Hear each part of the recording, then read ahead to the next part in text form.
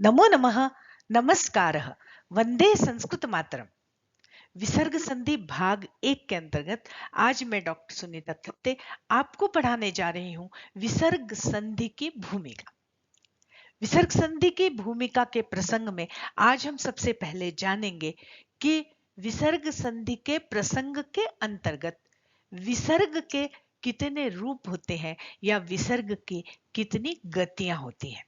तो आइए हम पढ़ते हैं विसर्ग संधि की भूमिका। तो चलिए जल्दी से चैनल को सब्सक्राइब कीजिए और हम अपने पाठ को आगे बढ़ाते हैं। स्वर संधि और व्यंजन संधि हम पढ़ चुके हैं और संधि पढ़ते समय सबसे प्रारंभ में हमने संधि की परिभाषा जानी थी कि दो वर्णों के अत्यंत समीप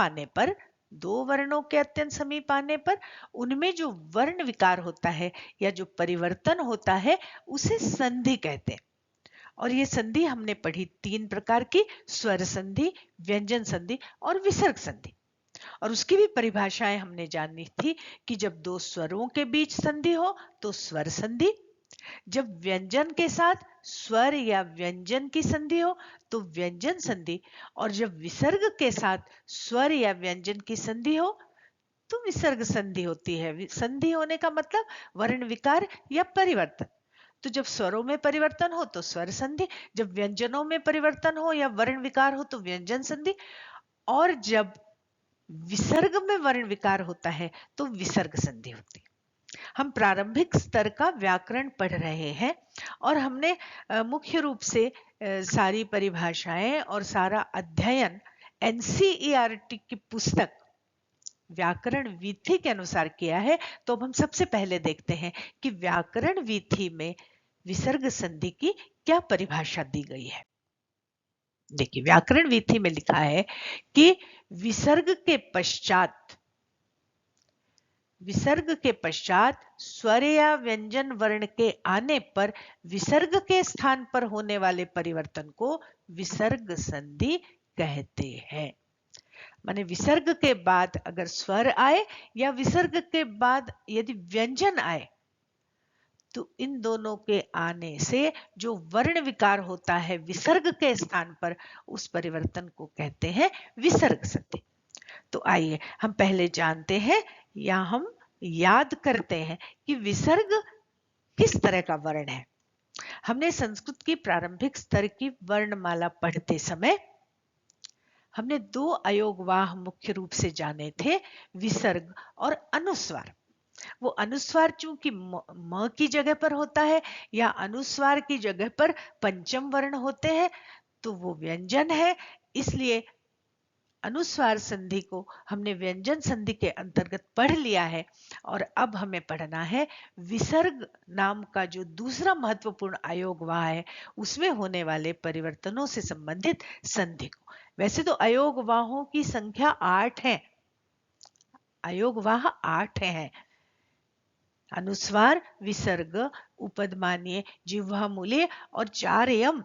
पर प्रारंभिक स्तर पर केवल 2 अयोगवाहों को ही हमने पढ़ा है। और अनुस्वार के विषय में हम जान चुके हैं कि अनुस्वार संधि कहाँ होती है, व्यंजन संधि में होती है, और उसका विस्तार से वर्णन अनुस्वार संधि का हमने किया है। यहाँ आई बटन पर दी हुई है, आपने नहीं पढ़ी होगी अनुस्वार संधि तो आप उस संधि को अवश्य पढ़ लीजिएगा। अब हम जानते हैं कि विसर्ग संधि क्या है और विसर्ग क्या है। विसर्ग के बाद में एक सबसे महत्वपूर्ण विसर्ग के बारे में एक बात आपको जानना आवश्यक है कि विसर्ग हमेशा स्वर के बाद ही आता है, व्यंजन के बाद कभी नहीं आता। आपने कभी ऐसा नहीं देखा होगा कि कोई अक्षर हलंत है और फिर उसमें विसर्ग भी लगा है। ऐसी स्थितियां कभी नहीं बनती हैं, ये स्थिति बिल्कुल गलत है। विसर्ग हमेशा स्वर के बाद ही आता है, या कह सकते हैं कि विसर्ग और अनुस्वार दोनों ही हमेशा स्वर पर लगते हैं। विसर्ग और अनुस्वार की जो मात्राएं हैं या चिन्ह है हमेशा स्वर के बाद ही आती हैं या स्वर पर ही लगती हैं। देखिए, स्वर प्लस विसर्ग क्या स्थिति बनती है, रामः, बालाः, मुनिः, नदीः, गुरुः, रवेः, भानोः द्यौः। यहां हम देख रहे हैं कि विसर्ग जहां जहां विसर्ग आया है उसके ठीक पहले जो वर्ण है वो स्वर ही है। जैसे रामः में अह है, माने अ पे विसर्ग लगा है। बालाह में आ पर विसर्ग लगा है। मुनि ही में ई पर, नदी ही में बड़ी ई पर, दीर्घ ई पर, गुरुहु में ऊ पर विसर्ग लगा है। रवे हे में ए पर लगा है। भानो हो में ओ पर लगा है। और द्यौहु में औ पर लगा है। मतलब हर जगह पर विसर्ग के ठीक पहले एक स्वर ही है, व्यंजन नहीं है। तो सबसे पहले इस बात को अच्छी तरह जान लें कि विसर्ग हमेशा स्वर पर ही लगता है या स्वर के बाद ही आता है। तो अब स्थिति क्या बनेगी विसर्ग संधि की, वो हम देखते हैं। तो देखिए, इसको मिटा देते हैं। विसर्ग ये एक अयोगवाह है और ये विसर्ग जो है वो स्वर के पहले लगता है, अरे स्वर के बाद लगता है। तो स्वर प्लस विसर्ग, देखिए ये देखिए, स्वर उसके ऊपर आएगा विसर्ग और उसके बाद अगर स्वर आता है और इस विसर्ग में जब परिवर्तन होता है तो वहां पर विसर्ग संधि होती है। जैसे मुनि ही धन अयम। अब देखिए मुनि ही का जो विसर्ग है वो ई की मात्रा पर लगा है। मुनि ही की ई के बाद विसर्ग आया है और विसर्ग के बाद अ आया है। मतलब स्वर के बाद विसर्ग और विसर्ग के बाद अ। तो विसर्ग के बाद जब अ आया तो इस विसर्ग की जगह र हो गया और हमारा पद बना मुनिरयम। अब इसी तरह स्वर के बाद आएगा विसर्ग और विसर्ग के बाद अगर व्यंजन आता है तो भी विसर्ग संधि होती है ना। माने स्वर पे विसर्ग लगेगा और विसर्ग के बाद अगर व्यंजन आता है तो भी विसर्ग में होने वाला परिवर्तन हमको दिखाई पड़ेगा यहाँ पर अभी, और वो संधि भी विसर्ग संधि ही कहलाएगी। देखिए हम हमेशा कहते थे नमो नमः, नमस्कारः, दोनों में विसर्ग संधि है। नमः कारः नमस्कारः, और यहाँ देखिए नमः नमः। तो ये नमः देखिए अ के ऊपर विसर्ग लगा है और इस विसर्ग के बाद व्यंजन आ रहा है न, और यहाँ विसर्ग को हो गया है ओ। ओ बहुत सारे स्टेप्स होने के बाद ओ हुआ है। अभी हम जब विसर्ग संधि को पढ़ेंगे तो हम उन सारी प्रक्रियाओं को जानेंगे, पर यहाँ हम मोटे तौर पर देखें कि विसर्ग की जगह पर ओ हो गया और यहाँ पर हमें ये स्थिति मिली है नमो नमः।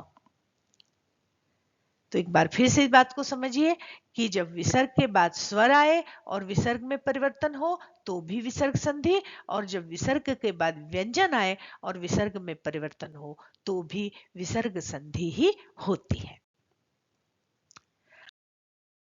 अब विसर्ग संधि के नियमों को जानने के पूर्व हमें यह जानना आवश्यक है कि विसर्ग संधि के प्रसंग में विसर्ग में जो परिवर्तन होता है वो कितने प्रकार का होता है, या प्रकारांतर से हम कह सकते हैं कि विसर्ग की कितनी गतियां होती हैं या विसर्ग के कितने रूप होते हैं।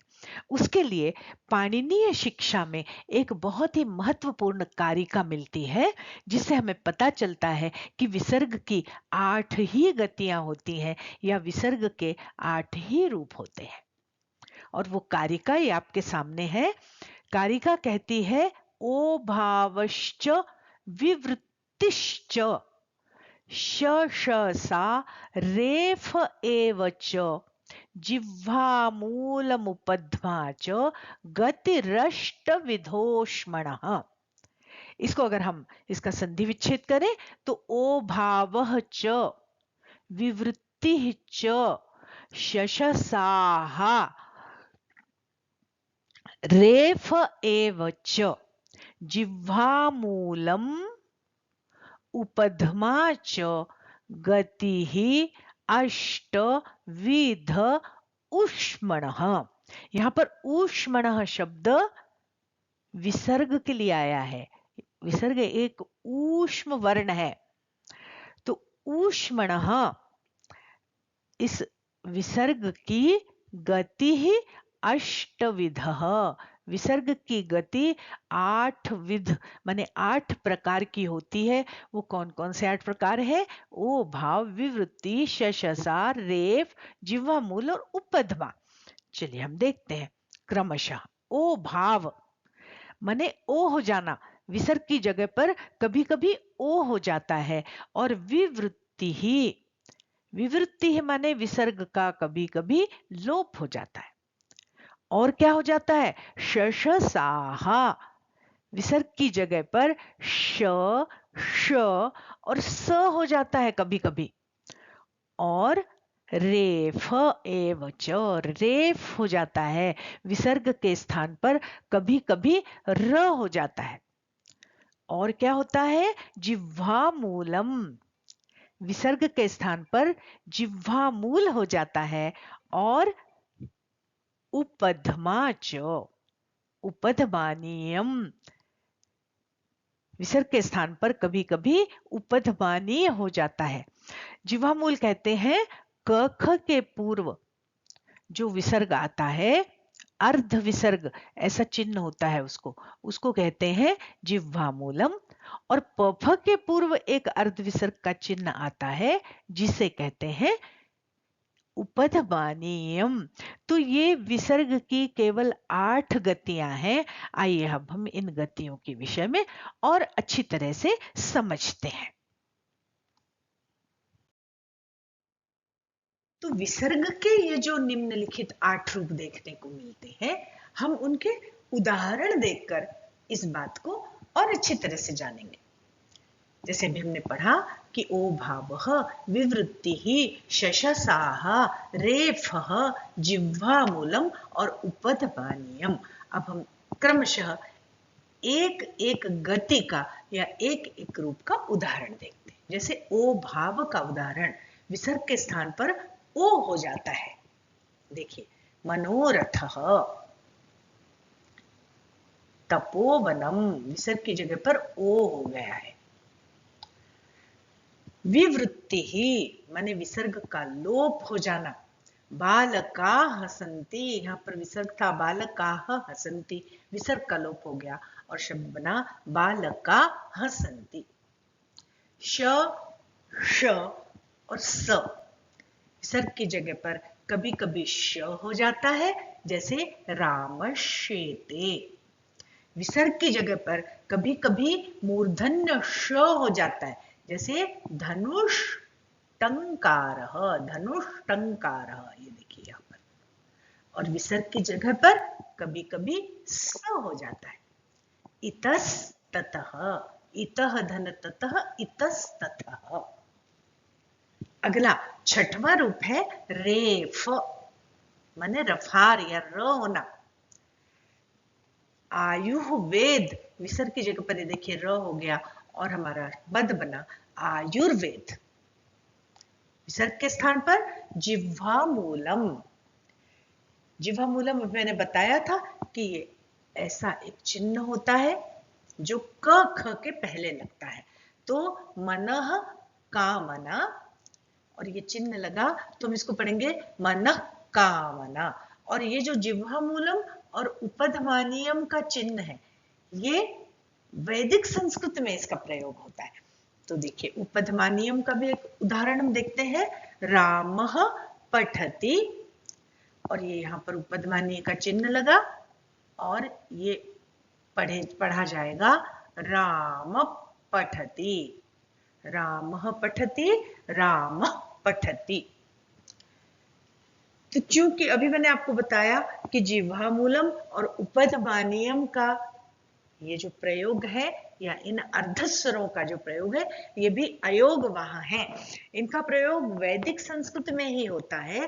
तो हम चूंकि लौकिक संस्कृत पढ़ रहे हैं तो हमको जिह्वा मूलम और उपधमानीयम के प्रयोग का बहुत ज्यादा काम हमें पढ़ना नहीं, हालांकि हम उसका भी एक सूत्र पढ़ेंगे, पर हमें मुख्य रूप से ओ भाव, विवृत्ति, शशसाह और रेफ, इन 6 रूपों के बारे में ही हमें जानना है विसर्ग संधि के प्रसंग में। तो आइए हम इन 6 रूपों का अध्ययन संधि विच्छेद करके समझते हैं।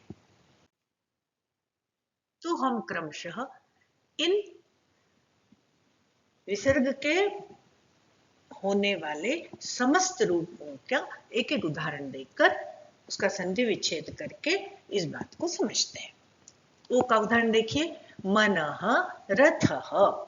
यहां पर देखिए, जो मनः शब्द में जो विसर्ग था, उस विसर्ग की जगह ओ हो गया और हमारा पद बना मनोरथः।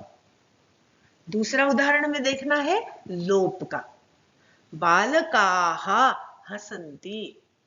संधि के नियमों से इस बालकाः का जो विसर्ग है उसका लोप हो गया और ये देखिए लोप हो गया और हमारे दो पद हमारे सामने है, बालका हसन्ति। विसर्ग का श होना, श का उदाहरण देखते हैं, रामः धनश्येते। देखिए जो रामः का जो विसर्ग है वो श में परिवर्तित हो गया यहाँ और ये हमारा रूप बना है रामश्येते। विसर्ग की जगह पर श माने मूर्धन्य श होना, इसका भी हम एक उदाहरण देखते हैं, धनुष धनुः धन टंकारः। और ये जो विसर्ग था उसकी जगह पर बना श और हमारा पद बना धनुष टंकारः। अगला देखिए, विसर्ग की जगह पर स हो जाना, इतः धन ततः। इतः के बाद मतलब इत शब्द के बाद ये जो विसर्ग था इतः, इस विसर्ग की जगह पर दंत्य स हो गया और हमारा पद बना इतस्ततः। माने ये श और स का होना हमने इन तीन उदाहरणों में देखा। अब एक अंतिम उदाहरण हमें और देखना है र का। विसर्ग की जगह पर र हो जाता है कई स्थानों पर, जैसे आयुः धन वेद। आयुः का जो विसर्ग है वो र में परिवर्तित हो गया और हमारा पद बना आयुर्वेद। इससे से र का उदाहरण भी हमने देख लिया। अभी हमने ओ, लोप, श, स और र सारे के उदाहरण तो देख लिए, हमने संधि विच्छेद भी कर लिया, संधि भी कर ली, पर अभी हमें इन सारे रूपों का प्रयोग करने के लिए जिन सूत्रों का प्रयोग होता है उन सूत्रों को समझना है। तो हमें किन किन सूत्रों को समझना है, पहले हम उन सूत्रों के बारे में जानते हैं। एक महत्वपूर्ण बात जानना यहाँ बहुत आवश्यक है कि हमने अभी तक स्वर संधि और व्यंजन संधि के जितने भी सूत्र पढ़े हैं वो केवल उतने ही पढ़े हैं जो माध्यमिक कक्षाओं तक आवश्यक है, जो प्राथमिक और माध्यमिक कक्षाओं में पढ़ाए जाते हैं। और विसर्ग संधि के प्रसंग में भी हम केवल वही सूत्र पढ़ेंगे जो माध्यमिक कक्षाओं तक आवश्यक है, क्योंकि संधि के बहुत सारे सूत्र अष्टाध्यायी में है। कुछ सामान्य सूत्र होते हैं और कुछ अपवाद के सूत्र होते हैं, और जो छोटी छोटी बातों के लिए छोटे सूत्र होते हैं, पर वो सूत्र उच्च कक्षाओं में पढ़ाए जाते हैं। हम यहाँ पर केवल प्रारंभिक और माध्यमिक स्तर में काम आने वाले उन सूत्रों को पढ़ेंगे जिनको पढ़ने के बाद हम विसर्ग संधि का सामान्य परिचय भली भांति जान सकते हैं और श्लोक इत्यादि में आने वाली विसर्ग संधि को बड़ी आसानी से तोड़ सकते हैं या उसका विच्छेद कर सकते हैं। सूत्रों को जानने से पूर्व यदि आपको विसर्ग संधि की यह भूमिका का वीडियो अच्छी तरह से समझ में आ गया है तो देर किस बात की, जल्दी से इस वीडियो को लाइक करें, अपने संस्कृतानुरागी मित्रों के साथ शेयर करें, और जैसा कि मैं हमेशा से कहते आई हूं कि कमेंट्स जरूर करें।